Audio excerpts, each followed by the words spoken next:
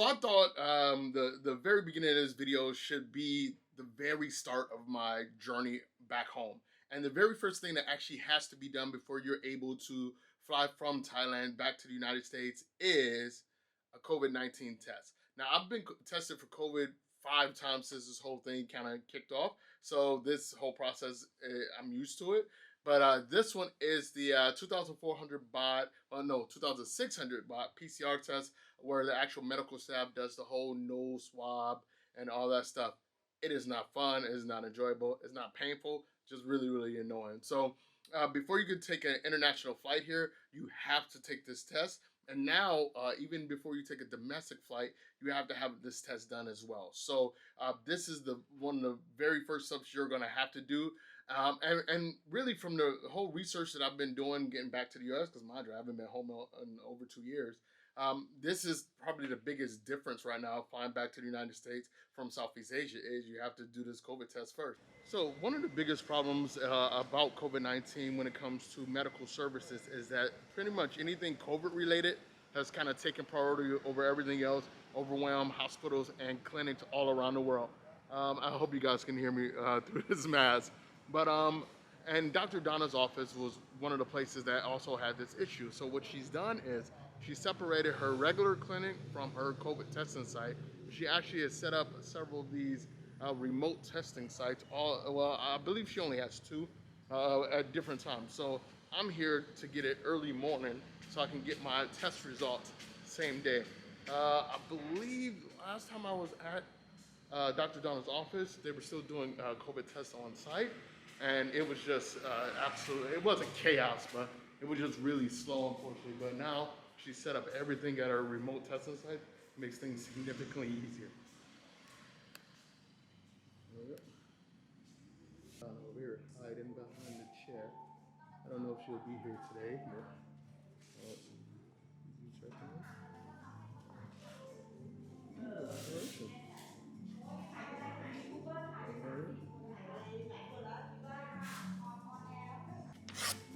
From the checklist, I'm not showing y'all my governance.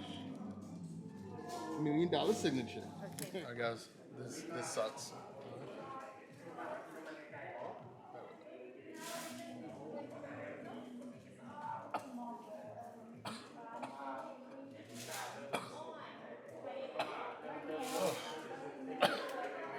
Oh, that sucks.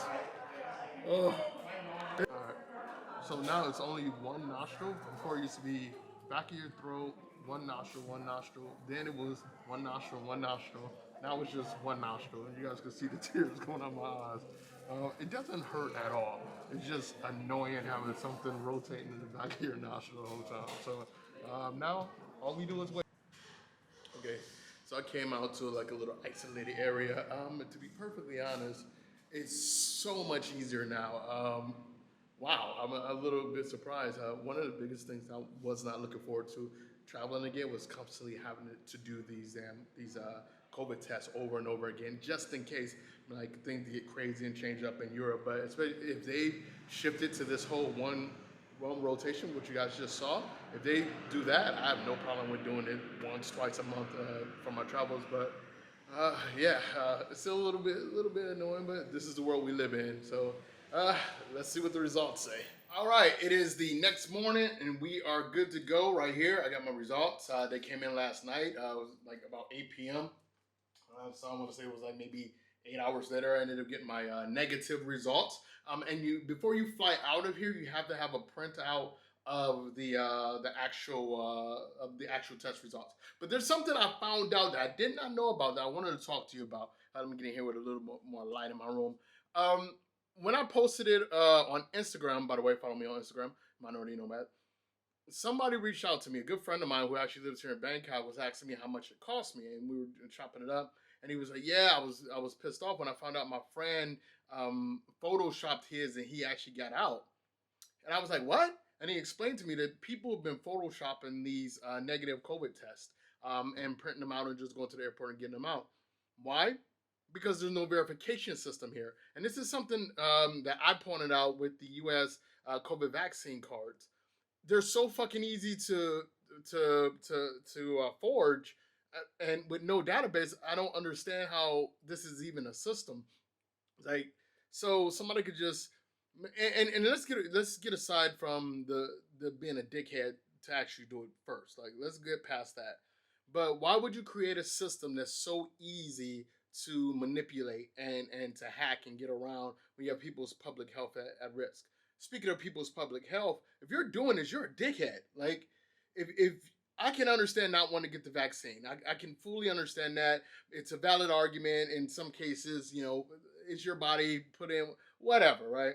But if people are trying to stop the spread of the virus, and then you're going to go and instead of getting the actual test to let you know if you have COVID-19, you're going to get on an airplane and travel 23 hours to another country in a plane with people in it, and you can spread the fucking virus. It is the most rude, disrespectful, arrogant, ignorant, selfish shit that you could possibly do. Other than you actually already knowing you have COVID and still spreading it anyway.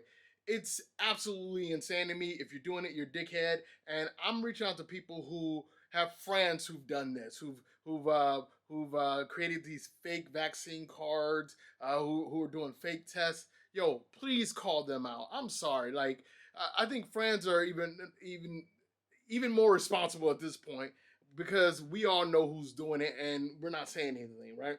Not me in particular. I'm gonna call somebody out on it, but yeah, please don't do that shit, guys. Now that the rant is over, so I wanted to kind of give you guys a little bit behind the scenes look at my packing mindset, mentality, strategy, what I do. So I'll be on the road for another 4 months, and usually I pack in a way where I don't know if I'm gonna go for 3 months, if I'm gonna go for 6 months, but this time I'm pretty confident that I'll only be on the road for a total of 4 months. So right here, this is my gear situation here. And most of my gear bag is already packed up because I wanted to make sure I didn't need to get another bag. And this is actually a little, I still have some stuff I gotta, I've got my GoPro here, right here are all my pack safe locks. I need to sort through my hard drives because I gotta figure out which ones I wanna leave here. Then these are all hard drives I was working through. And I've switched pretty much all to SSDs, so I'm gonna try to transfer a little bit more data over and get these out. And now I'm over here doing my charging. I always have at least 3 power banks charged and ready to go because you never absolutely know. So when it comes to my gear is the most important thing to me. I could travel butt ass naked and not care about it as long as my gear is good. But you can't travel butt ass naked. So here, this is how I sort out my clothes. I'm not gonna tell you, oh my god, you need packing cubes and all this stuff. Like, look, man, I just pack like I'm going on a vacation. So over here, what I do is I segment it out, right?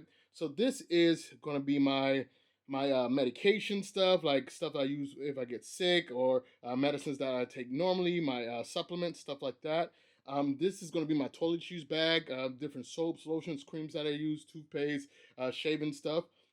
When I put together, I don't do a packing list. I separate things by section. So, for example, here it's recreational. So this is for my working out. This is going to be my travel mask. This is going to be my workout gear and my swim trunks, right? My active life. Then my pajamas. I actually wear pajamas on the flight, by the way. Over here is going to be my underclothes. So I do 7 t-shirts and 7 pair of boxers, and then I do 7 of everything else. So this is going to be my active out life. So 7 t-shirts, and then this is going to be like my shorts and my pants. So 1 pair of long pants and 2 pair of shorts. But here I also have another pair of jeans. I always travel with a pair of jeans. So this section is for what I'm actually going to wear tomorrow on the flight. So a t-shirt, a pair of underwear, obviously, and some jeans, and everything goes, and also a hoodie. So this is the hardest part. This is the hardest part, particularly because of the time of year that I'm traveling. So I'll get to Europe end of August, and I'll be there until beginning of December, end of November. And depending on where I go, my schedule's so wide open right now. I don't know what the temperature is going to be like, so I might actually have to buy a coat. This is my principle: is I can buy anything I need on the road. I do not pack with this idea that I need to carry everything. I pack with an idea like, can I find this on the road? For example, underwear. Underwear are really hard for me to find on the road because I got a big butt. So I specifically make sure I've got enough underwear for the road. T-shirts are the same way for me. So if I can find it on the road, I don't worry too much about it. But if I can't, I make sure I have it. And everything goes right here. So this is a rucksack. When I was in the military, I got issued this in 2003, I think. Yeah, something like 2003. I got issued this, and as you guys can see, this has been my primary bag since 2012. My God, it's still in amazing and fantastic shape. So I'm gonna get this all packed up. I'm gonna do my gear bag is always the last thing that I like seal and I close. But I'm gonna get my clothes all packed up. Uh, what else I gotta do today? Yeah, that's pretty much it. Get everything packed up. I'm gonna get everything charged up. Do a little bit of edits. Try to get this edit kind of pushed forward and maybe finish on a flight. And yeah, in 20 hours I'll be in the air. So one of the biggest issues with leaving for a long time is who's going to take care of my stuff while I'm gone. So you guys know that this is probably the most important thing in my life. My precious air fryer has gotten me through these last 18 months. But there's only one person I trust enough to take care of it, my man Forrest. And that's because he's the only YouTuber that's staying and look at, oh, he's just embracing the air fryer life. Are you ready? Stay with me. Everybody's leaving me. Everybody's leaving me. I have no friends here in Bangkok. We are all leaving. I hate you. I hate you, Prince. So we're all leaving. I'm gone. Mark Weens is gone.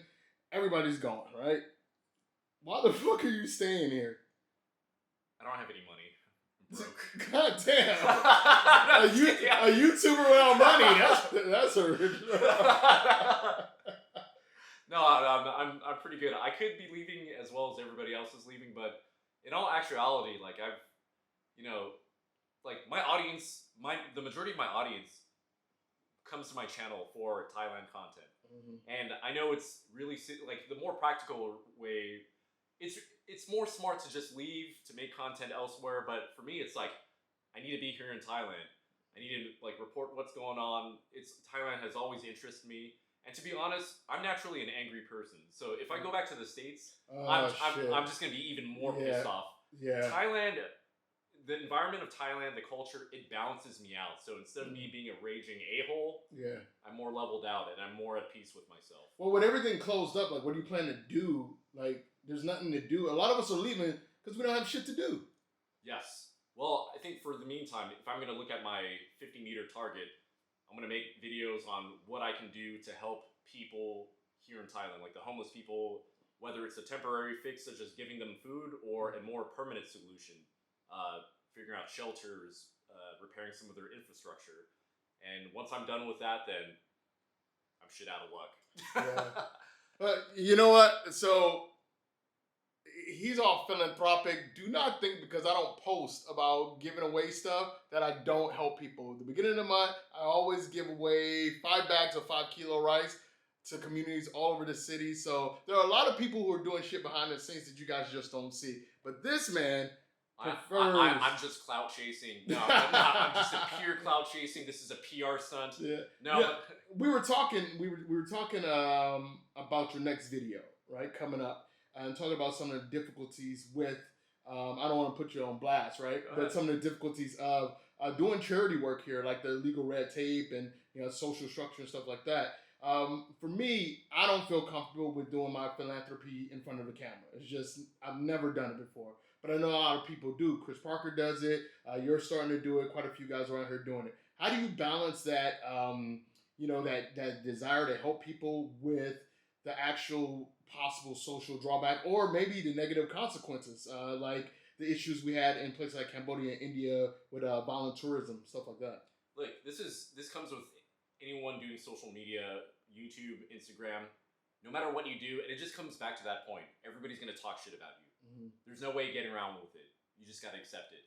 People are going to call me a white savior, even though I'm not white, so I'm prepared for that. People are going to say that I'm doing this for clout.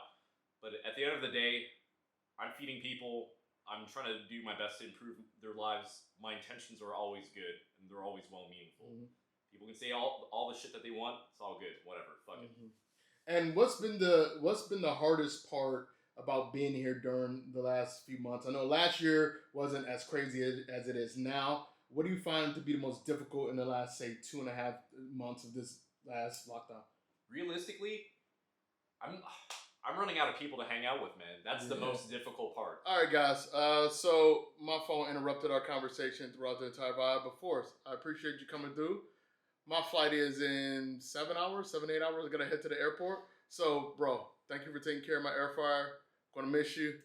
Looking forward to the content, and hopefully I can kind of guilt trip him into coming to Europe for at least a couple weeks to come out and hang out with basically every single YouTuber that we know. All right, All right, Forrest, stay out of trouble, bro. Stay out of trouble.